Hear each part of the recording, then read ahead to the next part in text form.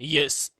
चलिए, तो आज एक नए सेट की करते हैं शुरुआत। और जैसा कि आप सभी को पता है कि हम लोगों ने एनटी, यूजीसी नेट, जीआरएफ और पीएचडी का जो एग्ज़ाम होने वाला है, आई थिंक पेपर स्टार्ट हो चुका है आज से।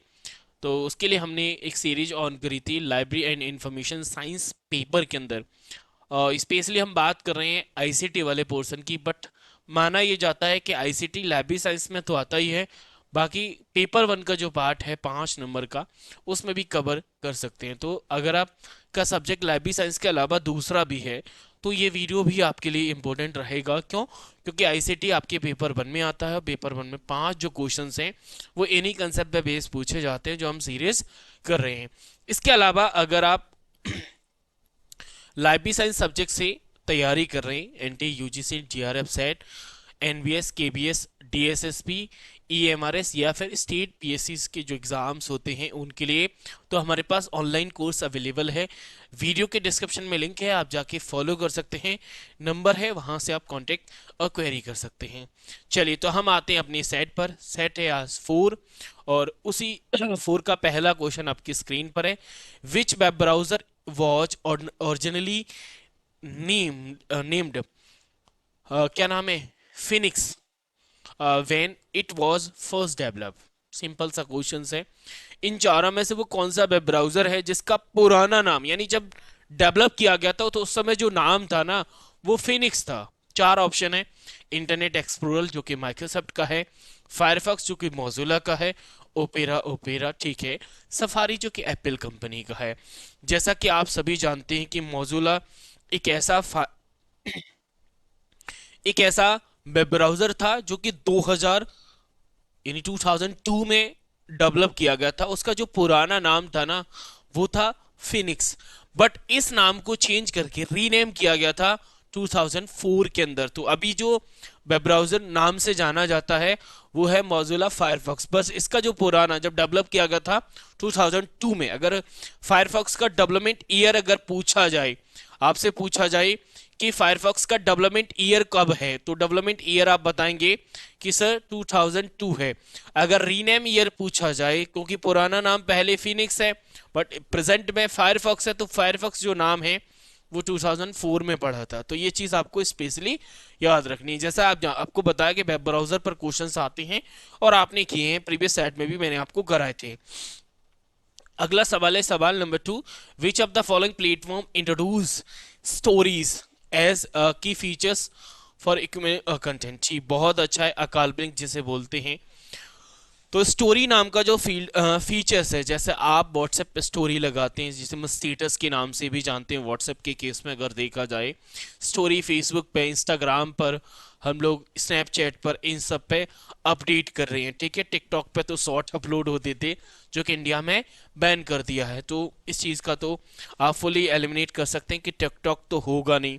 रही बात स्टोरी, तो स्टोरी भाई इंस्टाग्राम फेसबुक में है, बट अगर क्वेश्चन में ध्यान दिया जाए तो क्वेश्चन में ये पूछा है कि स्टोरी नाम का जो फीचर है किस सोशल मीडिया प्लेटफॉर्म ने सबसे पहले इंट्रोड्यूस किया था। तो प्रेजेंट में तो मोस्ट ऑफ द केस में जितने भी सोशल मीडिया प्लेटफॉर्म हैं उन सब में कहीं ना कहीं स्टोरीज देखी जाती है। स्टोरी का जो मेन फीचर्स है वो ये है कि ये आफ्टर 24 डिसअपियर हो जाता है। ये स्टेटस है ना व्हाट्सएप पे आपने लगाया, तो 24 घंटे के बाद ये चला जाएगा। तो सबसे पहले जो स्टोरी जो फीचर्स था वो स्नैपचैट ने इंट्रोड्यूस किया था, बट अब बाद में जो अदर प्लेटफॉर्म है, चाहे तो इंस्टाग्राम की बात करें, फेसबुक की बात करें और व्हाट्सएप जो कि स्टेटस के नाम से जाना जाता है, उन्होंने इस फीचर्स को अडॉप्ट कर लिया था। ठीक है ना, मतलब यूज कर लिया था।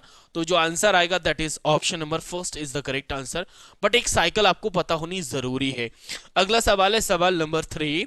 What is the key different between vector graphics और रास्टर ग्राफिक्स। देखो, जब भी मल्टीमीडिया में हम ग्राफिक्स की फाइल एक्सटेंशन की बात करती हूँ और आपके एग्जाम में फाइल एक्सटेंशन पूछे जाते हैं स्पेशली इमेज वाले, तो अगर फाइल एक्शन से क्वेश्चन करना चाहते हैं, आपको लग रहा है आपका गलत होता है, तो इमेज वाले जरूर देख लीजिएगा। ठीक है, आप जानते हैं कि इमेज में दो प्रकार के या फिर ग्राफिक्स हमारी दो प्रकार के होते हैं, एक तो वेक्टर होता है, दूसरा रास्टर होता है। अब दोनों में डिफरेंस क्या है? डिफरेंस पे जाने से पहले हमें पता होनी चाहिए कि वो कौन से फाइल फॉर्मेट है जो वेक्टर है, और वो कौन से फाइल फॉर्मेट है जो रास्टर है। जैसे आप जो भी फाइल फॉर्मेट जनरली बेसिस पे देखते हैं, चाहे तो हमारा जैसे पीएनजी फाइल फॉर्मेट हो, ठीक है ना, जेपीईजी फाइल फॉर्मेट हो, जीआईएफ फाइल फॉर्मेट हो, टीआईएफ हो, टीआईएफ या टीआईएफ हो, बीएमपी फाइल फॉर्मेट हो, ये वो फाइल फॉर्मेट है जो रास्टर ग्राफिक्स के एग्जांपल्स होते हैं।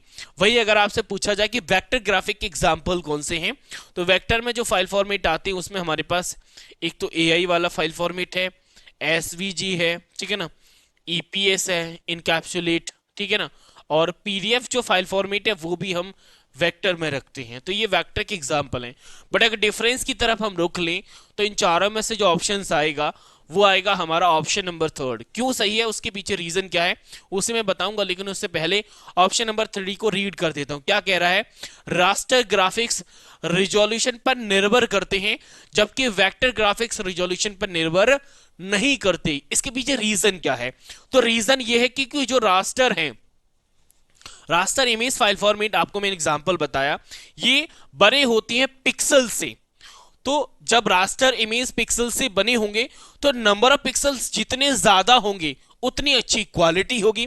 अगर आपके नंबर ऑफ पिक्सल्स कम होंगे तो क्वालिटी लॉस हो जाएगी। ठीक है, अगर हम बात करें वेक्टर ग्राफिक्स की, तो वेक्टर ग्राफिक्स जो यूज करता है ना, वो मैथमेटिकल इक्वेशन यूज की जाती है। तो मैथमेटिकल इक्वेशन हमारी क्वांटिटी मतलब से हमारा जो साइज है, क्वालिटी है, वो इतना इंपैक्ट नहीं करता। नंबर ऑफ पिक्सल्स आप जानते हैं कि रिजोल्यूशन है, और रिजोल्यूशन का अगर हम फॉर्मूला देखें तो रिजोल्यूशन होता है कि हमारे पास ब्रेथ होती है और हाइट होती है, इन दोनों का अगर हम मल्टीप्लाई कर दें तो हमारे नंबर ऑफ पिक्सल्स निकल आते हैं। ठीक है, तो ये रिजोल्यूशन का फैक्टर है। तो जो सही आंसर आएगा that is option number 3 is the correct answer. आगे बढ़ते हैं, क्वेश्चन नंबर 4 की बात करते हैं। Which of the following options is equal to 256 nibble. चलिए, मेमोरी यूनिट का क्वेश्चन है। मेमोरी यूनिट को कैसे डील करते हैं? तो मेमोरी यूनिट का जो मेजरमेंट है वो आपको पता होना बहुत ज़रूरी माना जाता है। अक्सर आप जानते हैं सबसे छोटी विट होती है, लेकिन विट से बड़ा हमारा निबल है। और हम ये भी जानते हैं कि 1 निबल बराबर क्या होता है? सर 1 निबल बराबर हम 4 बिट्स बढ़ के आए हैं। कितनी? 4 बिट्स होते हैं। इसके बाद हमने पढ़ा था 1 वाइट बराबर हम पढ़ के आए हैं सर 8 बिट होता है। ठीक है, इसके आधार पर आप ऑप्शन एलिमिनेशन लगा सकते हैं। क्यों? क्योंकि हमने क्या जाना है, आपको अगर मैं थोड़ा और समझाऊं तो आप ये कह सकते हैं कि 1 निबल बराबर जो होता है ना, वो 1/2 वाइट के बराबर होता है। 1/2 अगर आप वाइट लगा दें तो 1 निबल हो जाता है, और अगर 1 वाइट की बात करें तो 2 निबल, यानी 2 निबल के बराबर हम 1 वाइट को इक्वल रख सकते हैं। क्यों?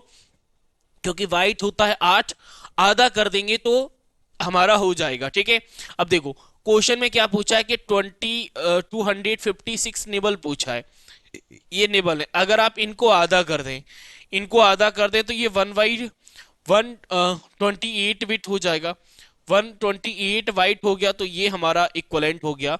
ऑप्शन नंबर फर्स्ट हमारा सही हो जाएगा। ऑप्शन नंबर फर्स्ट हमारा सही हो जाएगा।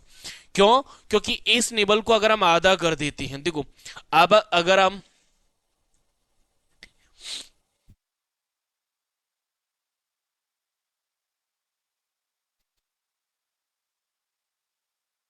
सही है भाई, 1/8 वाइट है ना, वाइट है, ये कितने निबल के बराबर होगा? क्योंकि 2 निबल के बराबर एक होता है। अच्छा सही है, ऑप्शन नंबर पहला ही करेक्ट होगा, क्योंकि इसका डबल कर देंगे तो निबल बन जाएगा। ठीक है, क्योंकि वाइट का डबल निबल होता है। अगला सवाल, सवाल नंबर 5, क्या पूछा है? आपको इनकरेक्ट ऑप्शन बताना है। बाकी ऑप्शन एलिमिनेट कर सकते थे, कोई इतनी बड़ी बात नहीं थी अगर मेमोरी कन्वर्जन आपने सीखा है तो। अगला सवाल 5 जिसमें इनकरेक्ट बताना है। पहला ऑप्शन है प्रोलॉग। प्रोलॉग हम लॉजिकल प्रोग्रामिंग लैंग्वेज का एग्जाम्पल है, बिल्कुल सही है। प्रोलॉग ऐसी प्रोग्रामिंग लैंग्वेज है जिसे हम लॉजिकल प्रोग्रामिंग लैंग्वेज कहते हैं। अगर हम बात करें CSS, कास्केडिंग स्टाइल सीट, जो कि बैक एंड प्रोग्रामिंग लैंग्वेज है, मुझे ये गलत नजर है। क्यों? क्योंकि ये फ्रंट एंड होती है। ये क्या होती है सर? फ्रंट हैंड होती है। तो फ्रंट एंड है, बैक एंड नहीं है, तो ये गलत लग रहा है। फिर भी बाकी ऑप्शन चेक करिए। पाइथन स्क्रिप्टिंग है, बिल्कुल सही है। एचटीएमएल मार्कअप लैंग्वेज है, ये बात भी सही है। तो जो सही आंसर आएगा दैट इज ऑप्शन नंबर 2। क्यों? क्योंकि पाइथन, बाकी ऑप्शन पूरी तरीके से करेक्ट है। सिर्फ एक ही ऑप्शन जो गलत नजर आ रहा है दैट इज ऑप्शन नंबर 2। आगे बढ़ते हैं, क्वेश्चन नंबर 6 की बात करते हैं। थोड़ा बड़ा क्वेश्चन है। क्वेश्चन में पूछा है, आपके पास स्टेटमेंट है, आपके पास स्टेटमेंट दिए हैं, और स्टेटमेंट जो दिए हैं वो वीडियो कॉन्फ्रेंसिंग के रिगार्डिंग है। यानी वीडियो कॉन्फ्रेंसिंग के संबंध में आपको 4 स्टेटमेंट हैं, चारों में से बताना है कि कौन सा सही है और कौन सा गलत है भाई। ठीक है, वैसे गलत की बात नहीं करनी, सिर्फ आपको सही बताना है। पहले हम चारों स्टेटमेंट पढ़ते हैं, देन उसके बाद हम ऑप्शन पे डील करेंगे कि ऑप्शन हमारा क्या कह रहा है।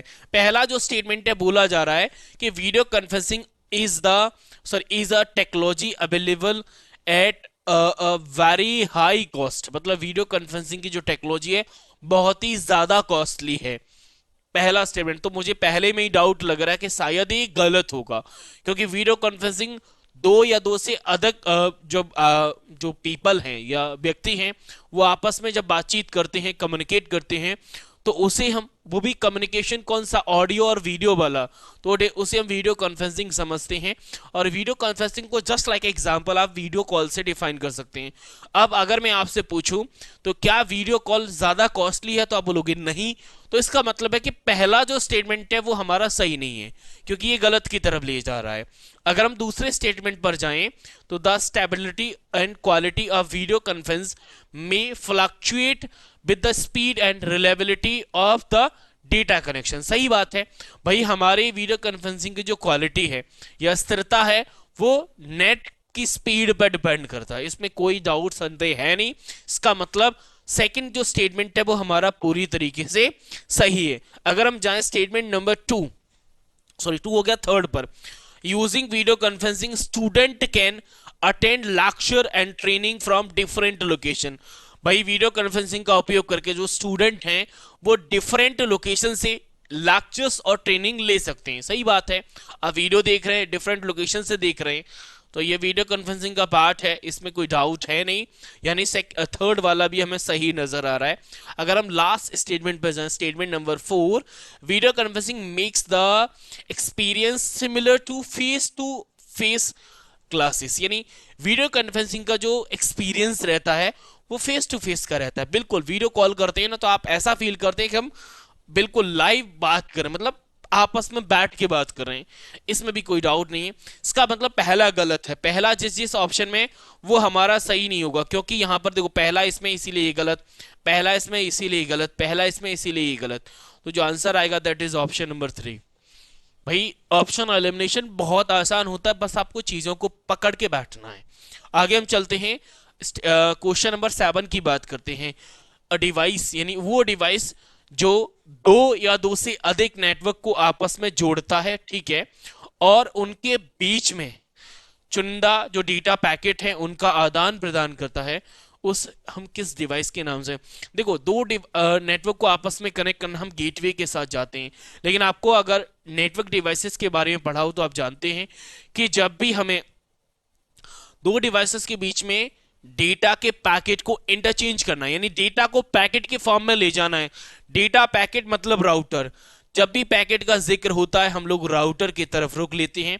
या फिर ओएसआई मॉडल की नेटवर्क लेयर की बात हो तो समझ जाना कि हम लोग बात करते हैं राउटर का, क्योंकि राउटर का यूज नेटवर्क लेयर पर ही होता है, और हमारा जो नेटवर्क लेयर है ओएसआई का वो डेटा को पैकेट के फॉर्म में ही रखता है, तो पैकेट मतलब राउटर। तो आंसर ऑप्शन नंबर फर्स्ट नहीं थर्ड आएगा। कुछ लोग फर्स्ट की तरफ सोच रहे थे बट फर्स्ट गलत होगा, थर्ड वाला सही हो जाएगा। अगला सवाल है सवाल number 8, which protocol is commonly used for sending email for a client to server. ठीक है, बहुत अच्छा सवाल है भाई। ईमेल भेजना है तो ईमेल भेजने के लिए हम किस प्रोटोकॉल की बात करते हो? भेजने के लिए भाई दो प्रोसेस हैं, या तो आप क्लाइंट से सर्वर भेज रहे हैं या सर्वर से क्लाइंट ला रहे हैं। तो क्लाइंट से सर्वर ले जा रहे हैं दैट इज सेंडिंग, अगर आप सर्वर से क्लाइंट लेके आ रहे हैं दैट इज रिसीविंग। दो चीजें होती हैं, या फिर रेसिपिएंट भी समझ सकते हैं। देखो, जब भी आप प्रोटोकॉल का जब जिक्र करते हैं तो हम SMTP एक ऐसा प्रोटोकॉल है जो ईमेल सेंड के लिए यूज किया जाता है। वहीं अगर आपसे पूछा जाए कि ईमेल को रिसीव करना है यानी सर्वर से क्लाइंट लेके आना है, तो वहां पर हम दो प्रोटोकॉल का यूज करते हैं। एक हमारा IMAP यूज होता है यानी इंटरनेट मैसेजिंग एक्सेस प्रोटोकॉल, और दूसरा POP जिसे हम पोस्ट ऑफिस प्रोटोकॉल कहते हैं। ये ऐसे प्रोटोकॉल है जो मैसेज या ईमेल को रिसीव के लिए यूज होते हैं। तो ईमेल रिसीविंग की जब भी बात हो दैट इज IMAP और POP। ज़्यादा आपको पता है कि दोनों दो प्रोटोकॉल है, तो दोनों में बाउंडेशन क्या है, कैसे हम POP का यूज़ करेंगे, कैसे IMAP का यूज़ करेंगे, ये तो आपने जब पढ़ा होगा ईमेल तब वहाँ पर चेक किया होगा। बट ईमेल सेंडिंग के लिए हमारे पास SMTP यानी सिंपल मेल ट्रांसफर प्रोटोकॉल होता है। और अगर हम STTP की बात करें तो STTP हाइपर मीडिया जो हमारा कंटेंट रहता है उसमें कम्युनिकेट करने की जब भी बात होती है तो हम हाइपर टेक्स्ट ट्रांसफर प्रोटोकॉल के साथ डील करते हैं, STTP जी। तो आंसर हो जाएगा option number second is the correct answer, क्योंकि मेल भेजने की बात हो रही थी। अगला सवाल है सवाल number 9, identify web programming among the following. भाई चार प्रोग्रामिंग लैंग्वेज आपके सामने है, रूबी है, PL यानी प्रोग्रामिंग लैंग्वेज 1 है, SQL स्ट्रक्चर क्वेरी लैंग्वेज, और पाइथन। चारों में से आपको बताना है कि कौन सी वेब प्रोग्रामिंग लैंग्वेज है। तो अगर हम जाएं कि वेब प्रोग्रामिंग लैंग्वेज क्या होती हैं, तो वहां से आपको समझ में आएगा कि वेब प्रोग्रामिंग लैंग्वेज में एग्जांपल्स कौन कौन से होते हैं। तो वेब प्रोग्रामिंग लैंग्वेज की अगर हम बात करें तो web programming language use for writing coding and markup in the web development, ठीक है ना, which include web content, client server scripting and network security. तो ये होता है हमारा वेब लैंग्वेज। तो वेब लैंग्वेज के अगर हम, या फिर वेब प्रोग्रामिंग लैंग्वेज कह सकते हैं, तो वेब प्रोग्रामिंग लैंग्वेज के अगर हम एग्जांपल देखें तो सबसे पहले नंबर पे हमारा HTML रखा जाता है। कौन सा रखते हैं सर? सबसे पॉपुलर नंबर पे वेब डेवलपमेंट की बात आती है तब हम HTML, और इसको अगर हम ज्यादा अट्रैक्टिव करना चाहते हैं तो हम CSS की बात करते हैं। देन तीसरे नंबर पे हमारा जावा स्क्रिप्ट आता है। क्या आता है? जावा स्क्रिप्ट। ये तीन बहुत ही ज्यादा पॉपुलर वेब डेवलपमेंट या वेब प्रोग्रामिंग लैंग्वेज है। बट आप ये नहीं कह सकते कि यही तीन होती हैं, इसके अलावा भी और हैं, जैसे PHP है, ठीक है ना, पाइथन है, रूबी है, गो है, एंड टाइप स्क्रिप्ट है। ये वो हमारी प्रोग्रामिंग लैंग्वेज है जो वेब डेवलपमेंट के लिए यूज की जाती है। तो इसके आधार पर जब आप ऑप्शन से डील करोगे तो भाई पाइथन है, रूबी है, यानी A और D जिस ऑप्शन में है वो हमारा करेक्ट होगा। देखो A यहाँ पर है बट D नहीं है इसीलिए ये गलत होगा, D है पर A नहीं है इसीलिए गलत होगा, यहाँ पर A है और D है, A है और D है, इनमें से होगा। अगर हम बात करें P1 की, यानी P1 प्रोग्रामिंग लैंग्वेज 1 की बात करें, तो प्रोग्रामिंग लैंग्वेज 1 हमारी वेब प्रोग्रामिंग लैंग्वेज नहीं है, इसे हम प्रोसीजरल लैंग्वेज के नाम से जानते हैं, जो कि डेटा प्रोसेसिंग या फिर आप लेगेसी मेन यूज आप लेगेसी सिस्टम के नाम से समझ सकते हैं। तो PL नहीं होगा, यानी B वाला हमारा गलत हो जाएगा। अब बात करते हैं कि SQL, क्या SQL का यूज वेब डेवलपमेंट में यूज होता है? तो आप डायरेक्टली नहीं कह सकते कि वेब डेवलपमेंट के लिए हम EPS मतलब SQL का यूज करते हैं, क्योंकि SQL हमारा स्ट्रक्चर क्वेरी लैंग्वेज है जो कि डेटा क्वेरी लैंग्वेज की तरफ हम डील करते हैं। तो it is frequently use in web development, यानी फ्रिक्वेंटली यूज की जाती है, बट किसके लिए? For data operation in conjunction with web programming language. तो डायरेक्टली यूज नहीं की जाती, बट ये कंजक्शन का काम करती है, जोड़ने का काम करती है, जब डेटाबेस के साथ हमें ऑपरेशन परफॉर्म करनी है। तो SQL डायरेक्ट नहीं इनडायरेक्ट वे में यूज की जाती है, इसीलिए हम आंसर जाएंगे ऑप्शन नंबर 3 के साथ। अगला और नेक्स्ट सवाल है और लास्ट भी है सेट का क्वेश्चन नंबर 10। इसमें भी आपको सही स्टेटमेंट बताना है। तीन स्टेटमेंट है हमारे पास, तीनों स्टेटमेंट हम रख लेते हैं। फर्स्ट स्टेटमेंट बोला जा रहा है कि RSS is a process that makes content on one website available to another website, ठीक है। Cookies are the information create by web server and store on the user computer, ठीक है। Web server is a type of database management system, यानी DBMS जिसे कहते हैं। तो अगर आपने तीनों स्टेटमेंट पढ़े हो तो तीनों में से कोई आप एलिमिनेट कर पाए या ना कर पाए, आप एक ऑप्शन को भली भांति एलिमिनेट कर सकते हैं, that is option statement number 3। क्यों? क्योंकि जो वेब सर्वर होता है वो एक होस्ट की तरह काम करता है, ना कि डीबीएमएस यानी डेटाबेस मैनेजमेंट सिस्टम की, क्योंकि डीबीएस हमारा डीबीएमएस एक सॉफ्टवेयर की तरह डील करता है, जबकि वेब सर्वर एक हार्डवेयर की तरह डील करता है। तो ये स्टेटमेंट ऐसा है कि ये प्रॉपर तरीके से गलत है यानी फॉल्स है। तो अगर आप ऑप्शन में जाओगे तो सिर्फ एक ही ऑप्शन ऐसा है जो थर्ड स्टेटमेंट को फॉल्स बता रहा है। तो जिस ऑप्शन के साथ आप जाने का मतलब सोचेंगे that is option number D. लेकिन बाकी मतलब स्टेटमेंट पढ़े बिना भी आप आंसर कर सकते हो अगर आप एक स्टेटमेंट को पकड़ के चलते। बाकी मेरा काम है सभी स्टेटमेंट को एक्सप्लेन करना।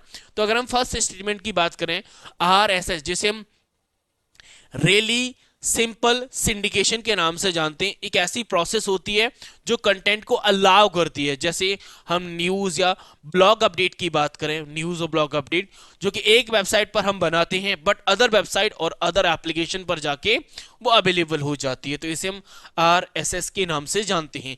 कुकीज़ की बात करें तो आप जानते हैं कुकीज़ एक ऐसे स्मॉल मैसेज होते हैं जिसे हम स्मॉल पीस ऑफ इंफॉर्मेशन भी कहते हैं, जो क्रिएट करे जाते हैं वेब सर्वर के माध्यम से और इनको सेंड किया जाता है वेब ब्राउजर पर, तो इनको स्टोर करा जाता है यूजर कंप्यूटर पर। ठीक है, इसका यूज क्या है सर? जब हमें यूजर की एक्टिविटी की बात करते हैं तब हम बात करते हैं कुकीज की। ठीक है, तो ये था हमारा सेट आज का जिसमें हमने आईसीटी के 10 क्वेश्चंस किए। तो ये लैबी साइंस के पोर्शन में तो कवर होते ही हैं, बाकी पेपर 1 को अगर आप टारगेट अदर सब्जेक्ट की करें तो ये क्वेश्चंस काफ़ी यूजफुल हो जाते हैं। इसके अलावा अगर आप लाइब्रेरी साइंस सब्जेक्ट के स्टूडेंट हैं तो आप किसी एग्ज़ाम की चाहे वो UGC net JRF set exam हो, केबीएस हो, एनबीएस हो, डीएसएसबी, ईएमआरएस या फिर स्टेट पीएससी के जो एग्ज़ाम्स होते हैं उनके लिए हमारे वेबसाइट पर ऑनलाइन कोर्स अवेलेबल है, आप क्वेरी कर सकते हैं। वीडियो के डिस्क्रिप्शन में हमने लिंक दिया है, नंबर भी अवेलेबल है। इसके अलावा अगर आपका कोई डाउट क्वेरी है, क्वेश्चन है तो कमेंट बॉक्स में लिख दीजिएगा, वहाँ से आपको जवाब मिल जाएगा। बाकी सेशन अच्छा लगा है तो सेशन को आप लाइक और चैनल को सब्सक्राइब ज़रूर करिएगा। मैं मिलूंगा अगले सेशन में, अगले सेट में। तब तक के लिए थैंक यू, शुक्रिया, राधे राधे।